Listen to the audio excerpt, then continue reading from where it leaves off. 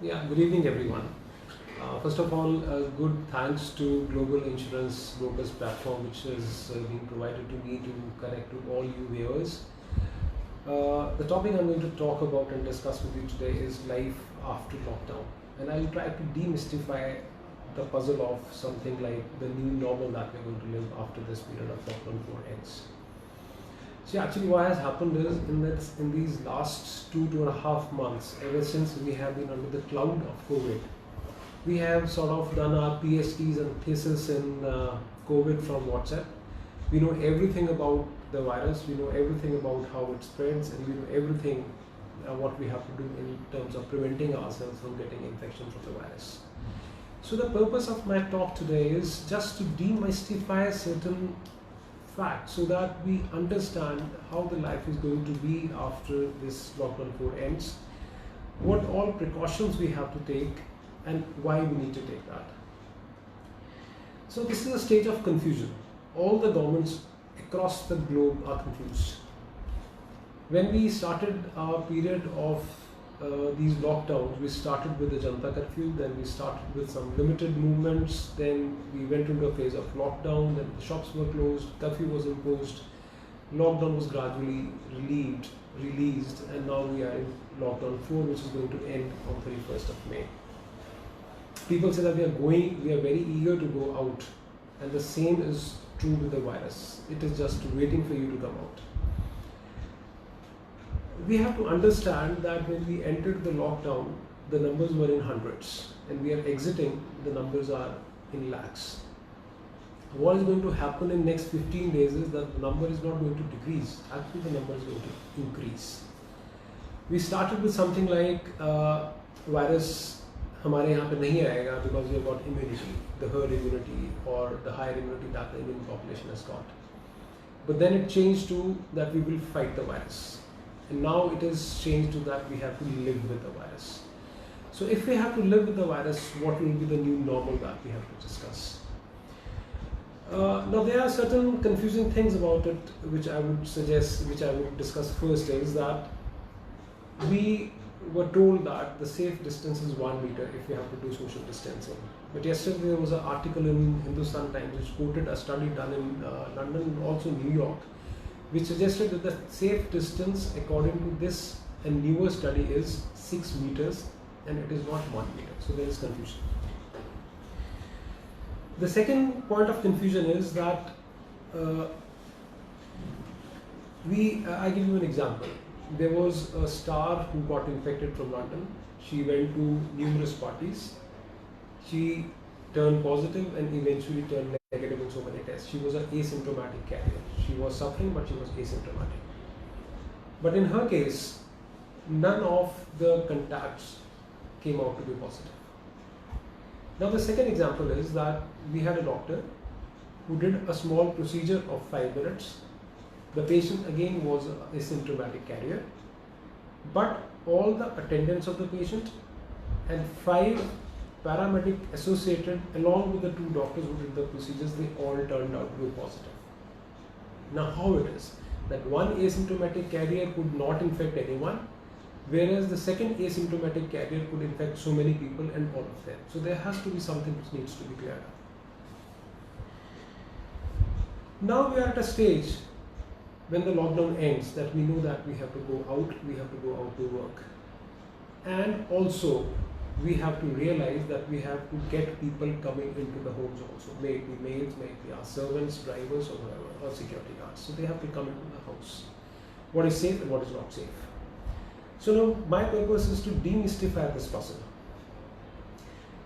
See, I would tell the basic rule that we have to follow is that we have to presume that every person who is coming in our contact is a positive patient who is a potential person to infect us. That's one. Second is that we have to be sort of becoming obsessive with the personal hygiene that we maintain, with the wearing of certain PPEs that we do, and the maintaining of social distance. So these 2 things are very important. So we have to be really obsessive about how we go out and what we do out. and we have to actually decrease all the possibilities of the risk and make ourselves as much safe as possible. Now, before I go into the details of what I want to talk, I just want to reiterate or repeat what everyone knows. The virus enters in our body through the mucous membrane of the eyes, the nostrils, and the mouth. Now, the virus can reach all these 5 portals, so 2 eyes, 2 nostrils, and 1 mouth, through 2 things. The virus which is floating in the air, which is in the form of droplets, or the droplets which have settled onto the surface, we pick them from our hand and touch it somewhere around our face, and from there the virus enters inside. So all we have to do in our later part of few months is that we have to protect this virus from getting into through these 5 portals of entry. Now, if I have to give you a small example before I start with the small technical thing, is that we imagine a scenario in Holi, that we celebrate Holi. There are 2 groups of people who are celebrating. One person, he just throws up into the air a small fist of color, whereas there is another person who throws up a huge bowl of color into the air. Imagine the color which is thrown out in the air are the virus particles. Now, if you are standing there, you are inhaling that color into your lungs, which I say, if you are inhaling the virus, you are getting yourself prone to infection.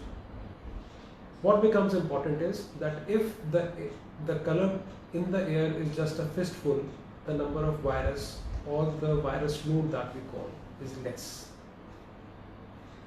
If the color is thrown inside, it is indoors, the dilution factor is less, so your chances of inhaling more of color is high. But if it is outdoor, because of the dilution factor, the chance of inhalation is low. If you are in the middle of the party, middle of the person, just close to the person who is throwing it, the chances of inhaling the color into your nostrils and lungs is high. But if you are somewhere in the periphery, the chances of inhalation are less. If there is fast wind blowing, again the chances will be low. But if it is a static or a low wind atmosphere, the chances will be high. If it is indoor and there is some recirculation of the air, the chances of inhalation of the color will be high. So this basically explains the importance of virus load, which if it is there around us, how we are going to inhale that virus load. Now there is one more thing, as I talked about 2 initial examples, that one person could make so many people infected and the second person could not infect so many people. There is a possibility, although studies they have not yet been able to actually confirm. Giving the example, a color is red and the color is yellow. The yellow color is more toxic, so it gives you more toxic inflammation in the lungs, but the red is less toxic, so it gives less toxic inflammation in the lungs. So similarly, the virus could be of 2 strains.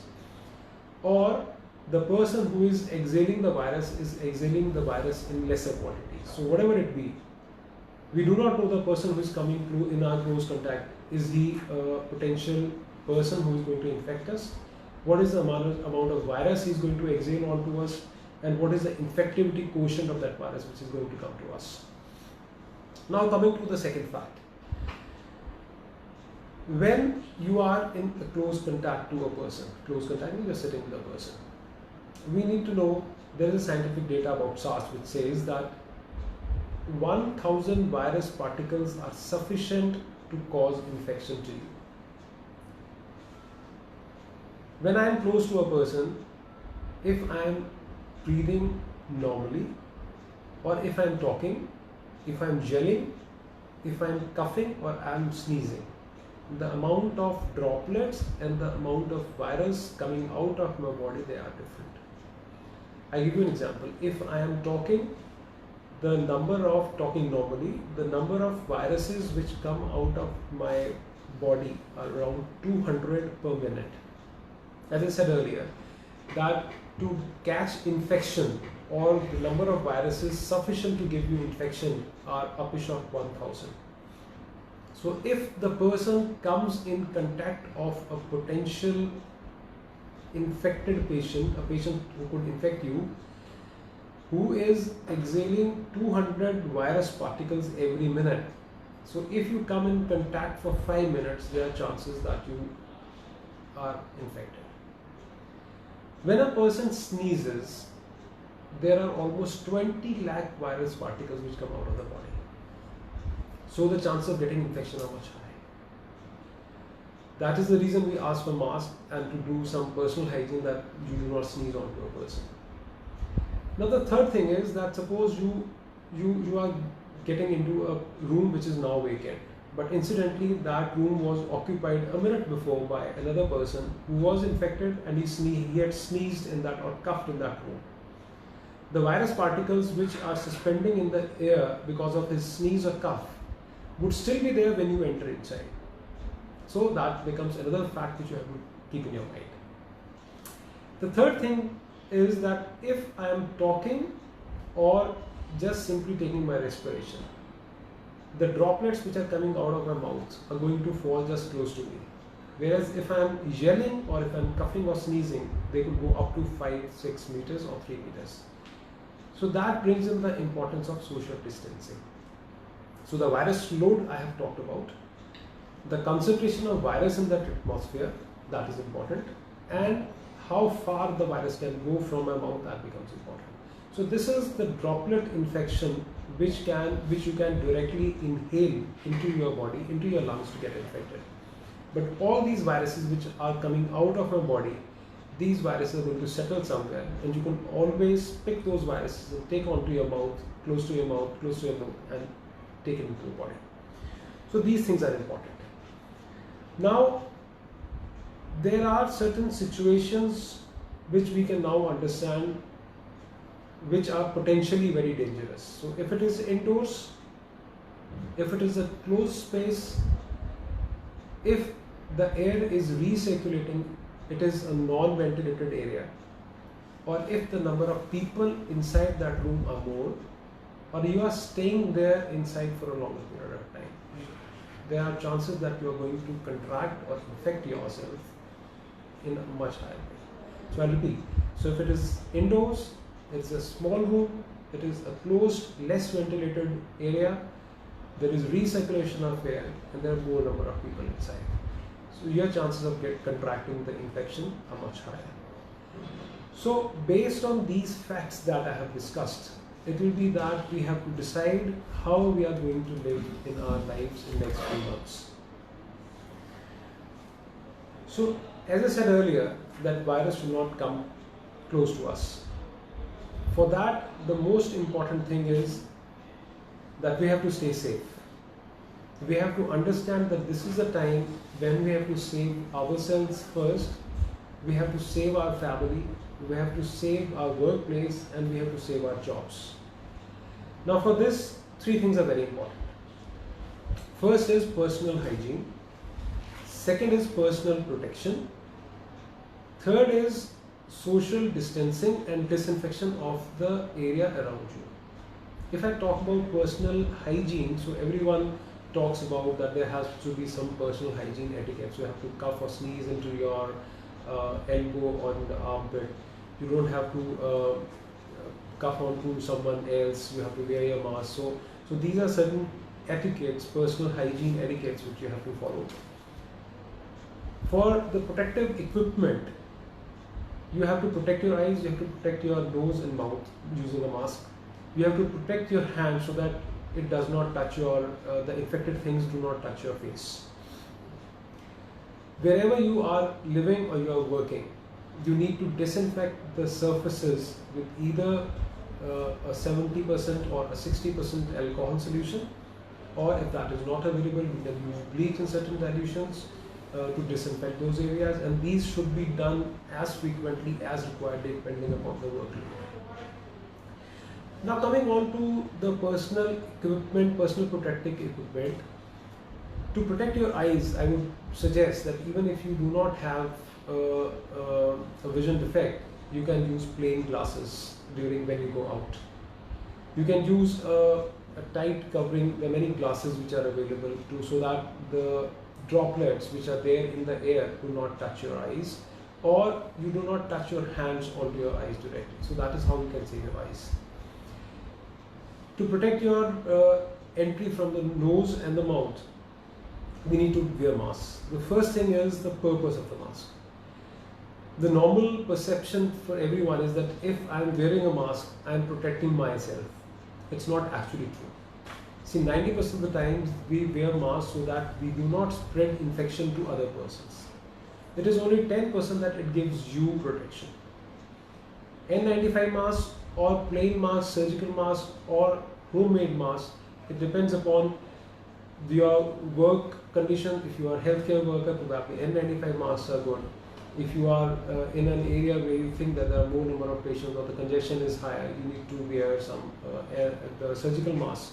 But homemade masks can also be worn. Now, disadvantage of wearing the mask is that when you are wearing a higher quality mask which filter out most of the droplet infections, then there are chances that you are rebreathing carbon dioxide which you are exhaling. So it might become suffocating. If you want to do exercise wearing the mask, it might cause some aging lungs also, which the recent studies have now shown. So the disadvantage is that you should not be wearing it for a longer period of time, and if you do not wear it properly, you do not dispose of it properly, then probably you are causing more chances of infection to yourself and to the people around you. These should not be reused, and the most important thing is that if you are wearing a homemade mask, the scientific studies, they say that if it is a 16-layered mask, it will give a protection of 60% of droplet spread. But having a 16-layered mask is very difficult to wear because it is going to cause you suffocation. So if you are wearing a lesser number of layer of mask, be prepared that it is going to cause more infection to the person who is standing in front of the person. So now we have understood that if we step out of the home, our wearing mask is important, our wearing glasses is important, but equally important, or rather more important, is the person who is wearing the mask, who is coming close to you. So you have to ensure that the person, if he is coming close to you, he should be wearing a proper mask. If he is not wearing, you can always ask him or request him to wear the mask. And if you think that the mask is not proper, it is just normally what people do is they will just wrap a hanky around with a single layer of cloth with that. So if you think that the person who is coming close to you has got a single layer mask, you should try to maintain an adequate and a safe distance. Now, personal hygiene, as I said, is important. Frequently washing your hands will disinfect your hands. And the importance is that if you are touching your hands on an infected surface, then these virus particles which are there on the infection will not come into the body. Now coming to the special situations. See, we all have to go out to work. The precautions that we have to take once we are leaving the home is that we should be carrying adequate personal protective equipment with us. So we should be having our masks, our goggles ready with us. We should have sanitizer, which could be in the form of a 60 or 70% alcohol or a liquid soap, depending upon whatever circumstances you are in. If you are walking out and using a public place, it is always better that on the mask you should have your cloth, maybe your dupatta or some scarf wrapped around you so that you are adequately protected. And if you are wearing half sleeves, it is better that you either wear a long armed glove to protect yourself, or a shirt or an sort of apron or a gown, which are usually available in the market, so that you protect your open surfaces of the body. When you step into the house, the first thing that you need to do is that all these things which are so-called protecting you, you should leave them outside your house. You should try not to touch the door handle. Someone opens the door with you, opens the door for you, you directly go into the washroom, take a shower, with the precaution that the 20-second formula that has always been advocated, we follow that. And after the shower, we dress into a fresh dress and then come out and meet everyone. Before that, we do not meet anyone. So because we have to live with it, so whatever practices that we start to follow now, we should be protecting ourselves, taking the understanding of how the virus can enter inside, what is the amount of virus load. But all these solutions should be practical, and these should be sustainable, and we should be able to repeat them in everyday life. If there is some impractical solution like wearing very big masks, you will not be able to wear it for a longer period of time. And then you have to understand in personal circumstances, whether you're working in what type of offices, that what is the best suited protective equipment for you. Now we go out for dining also. There's a recent study in Japan which said that 20 subjects, 20 customers, they went into the hotel. All of them were non-infected, they were afebrile, all of them washed their hand before they entered inside. And it was a buffet restaurant, so they went inside, and for the experiment what they did was only one person was given a fluorescent cream to rub on the hand. And this was sort of like, if the person is coughing in the hand, what is going to happen? So the study, the picture by a fluorescent camera was taken after 30 minutes. And you would not believe, the persons who were sitting alone, the persons who were sitting in the farther corner, most of them had the fluorescent color on them. Some, they had the hand smeared, most of them, their cutlery smeared, their hand, the color was seen on the face also. And it was because of the person who had the color, the color was smeared on the hand, because he was touching the different utensils, he was touching the serving spoons and serving trays. The similar study was again carried out, but this time all the serving was done by one person. And the color shown up, or the color taken up by suggesting the infection, was now 1 on 300.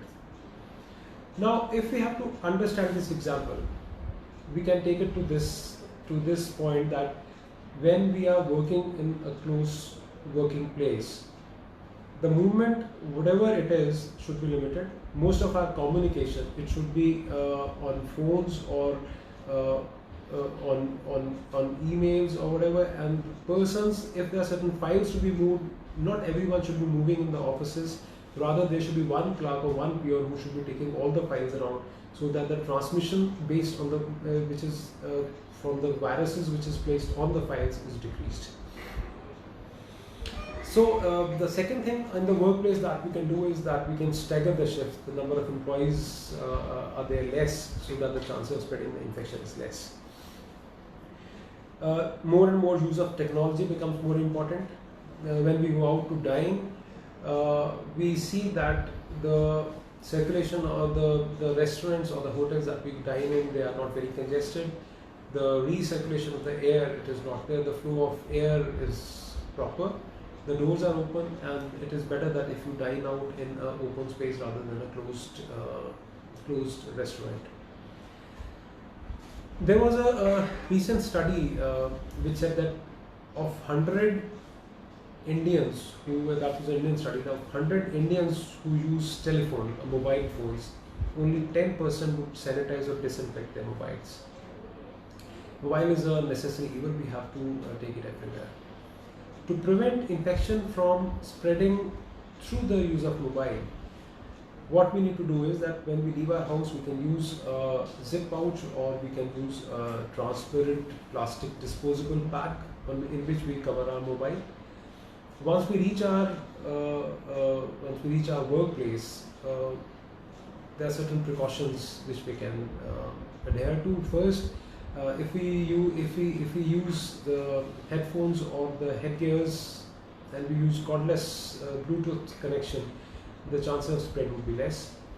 We should not share our phone with our colleague. We should not pass on our phone to someone else so that he can listen to our phone. This again prevents the spread of infection through the phones. We should regularly disinfect the surface of the phone using 70% alcohol, which is important. And we have to take care that this alcohol does not enter through any of the jacks, which can actually spoil our phone. Once we reach home, we should take that outer zip pouch or the plastic cover, wash our hands, slip our phone into our pocket, and then enter inside. So these are the things which can help us prevent spread infection from the phone. When we are using public transport, although it is not in our hands, but what we need to do is that we need to be careful to cover ourselves so that then there's no infection coming through the port of entries that I have already discussed. We need to have an extra shirt being put on so that which we can actually take it off once we reach our workplace, so that whatever infection is there that touches our surface of the clothes, we actually disinfect that once we take it back into the home. I think these are the most important things that the precautions that we need to take. One more thing I would touch on is that because of this changed lifestyle, there is lots of psychological pressure on us. We are working in atmospheres which were different. We are working in styles which were different as compared to the earlier one. So there will be lots of psychological stress. But we have to understand that whatever is happening is not in our control. That's one. Second, what we would actually realize is that whatever is happening is sort of happening for good, because it is redefining the way we live. It is simplifying the way we live.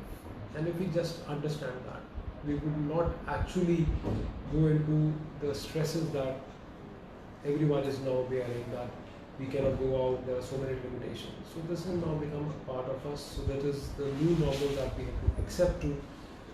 So yes, of course, there are so many stresses which cannot be taken off. But if we make us understand that this is a situation where we have to redefine ourselves, where we have to reinvent ourselves, where we have to re-acclimatize ourselves, probably the amount of stress will be much less.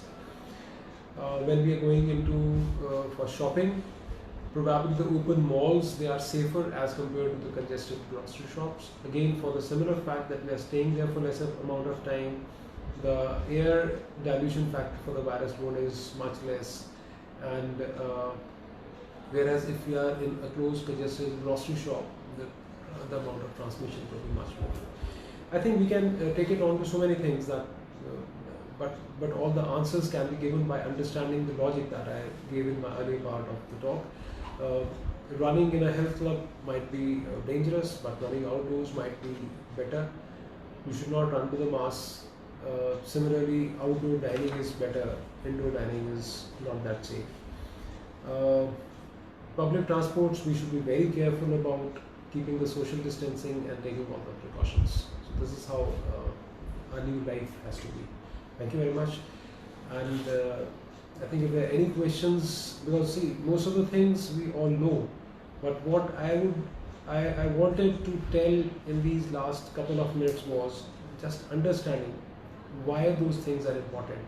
Because if we understand that why, how becomes easy. Thanks a lot.